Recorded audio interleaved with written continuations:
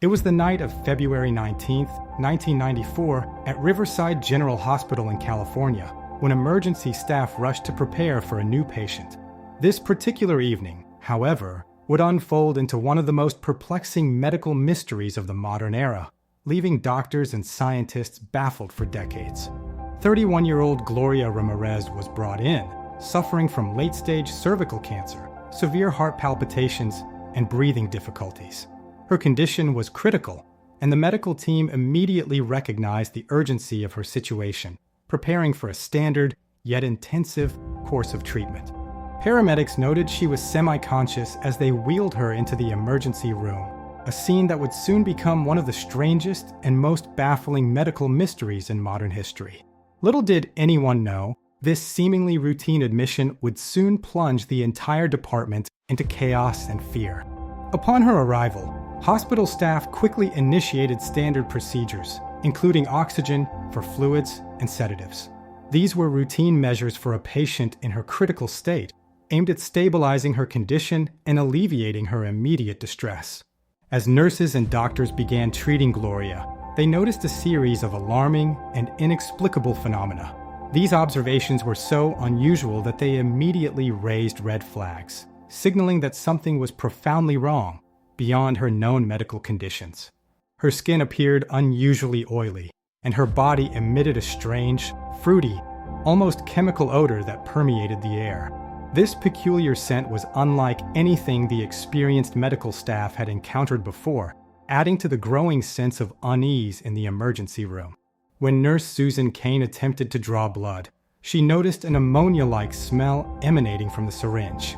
This distinct and pungent odor was a critical early indicator that something highly unusual was occurring, far beyond the typical smells of a hospital environment. Even more unsettling, she observed manila-colored crystals floating within the blood sample, an unprecedented sight. These bizarre formations in Gloria's blood were completely foreign to medical science, further deepening the mystery and alarming the attending staff. Within moments, Susan Kane fainted, becoming the first of many staff members to collapse from the mysterious fumes. Her sudden collapse sent a wave of shock and fear through the emergency room as the invisible threat began to claim its victims. Medical resident Julie Gorczynski also observed these strange crystals and smelled the unusual odor before she too collapsed. The rapid succession of collapses among trained medical professionals underscored the potent and immediate danger emanating from Gloria Ramirez. A respiratory therapist, Maureen Welch, also passed out, and one doctor staggered back, convulsing against the wall. The emergency room descended into a scene of utter pandemonium as more and more staff members succumbed to the unseen assailant. In total, more than 20 people of the 37 emergency room staff reported a range of severe symptoms. This widespread affliction among the medical team highlighted the extraordinary nature of the incident, affecting a significant portion of those who came into contact with Gloria. These included dizziness, nausea, muscle spasms, shortness of breath, and even temporary paralysis. The diverse and debilitating nature of these symptoms pointed to a powerful and systemic toxic exposure, far beyond a simple case of mass hysteria. 5 staff members required hospitalization. Julie Gorczynski was in intensive care for 2 weeks, suffering from hepatitis and avascular necrosis. The severity of their conditions, particularly Gorczynski's prolonged hospitalization and serious diagnoses, provided undeniable evidence of a profound physical harm. The emergency room was swiftly evacuated, effectively turning the hospital into a hazmat zone.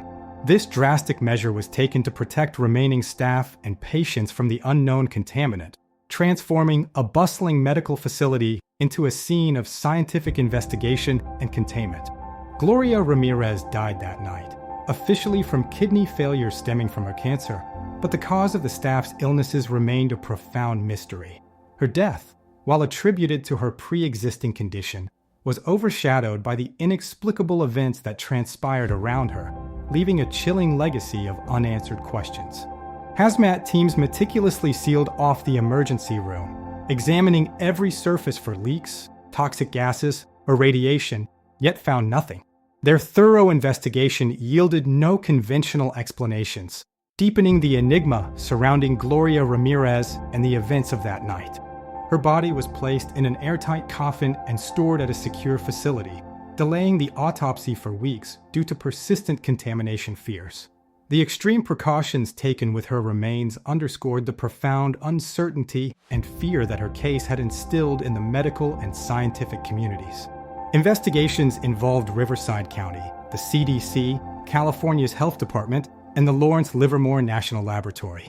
This multi-agency, high-level involvement demonstrated the unprecedented nature of the case and the urgent need to understand what had transpired.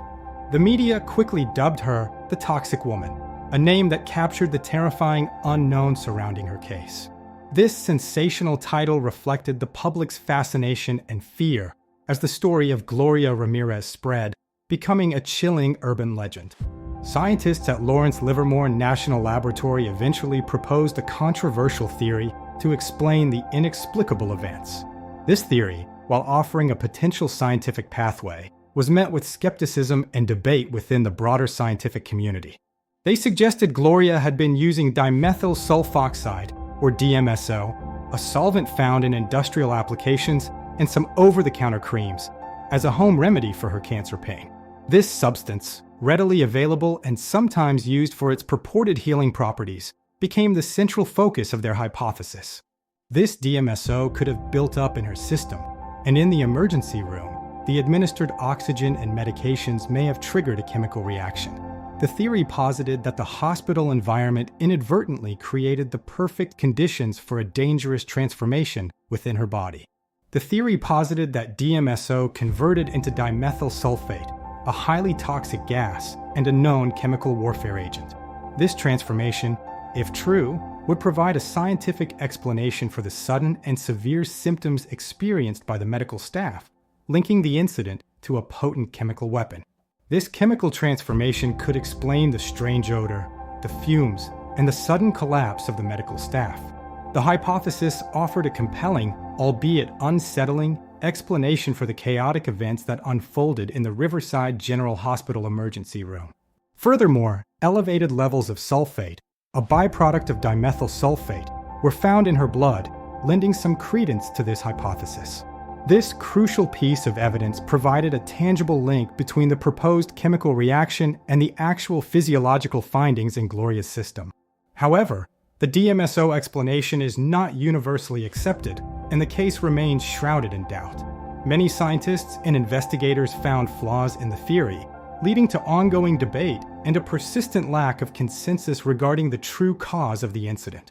Independent labs found no conclusive evidence of DMSO conversion, and some scientists argue the reaction couldn't have occurred under hospital conditions. These counterarguments highlighted the scientific community's struggle to definitively explain the events, leaving the door open for alternative theories. Other investigators believe it was a case of mass psychogenic illness, a form of mass hysteria triggered by the smell and fear. This theory suggested that the initial panic and unusual odors could have led to a collective psychological response, manifesting in physical symptoms.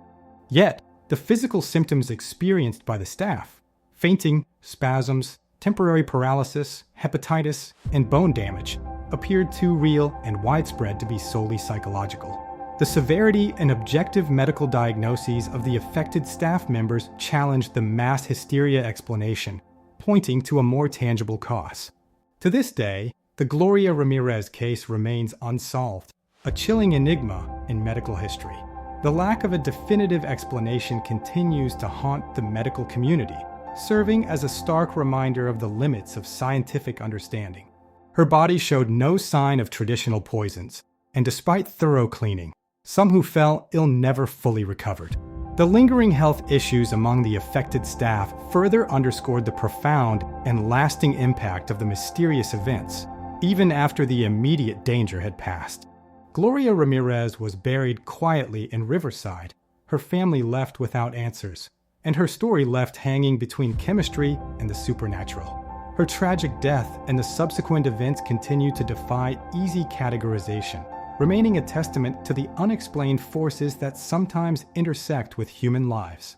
This is truth in the shadows, where science meets the unexplained, and not every mystery can be sterilized. Join us next time as we delve deeper into the shadows of history, seeking answers where conventional explanations fall short.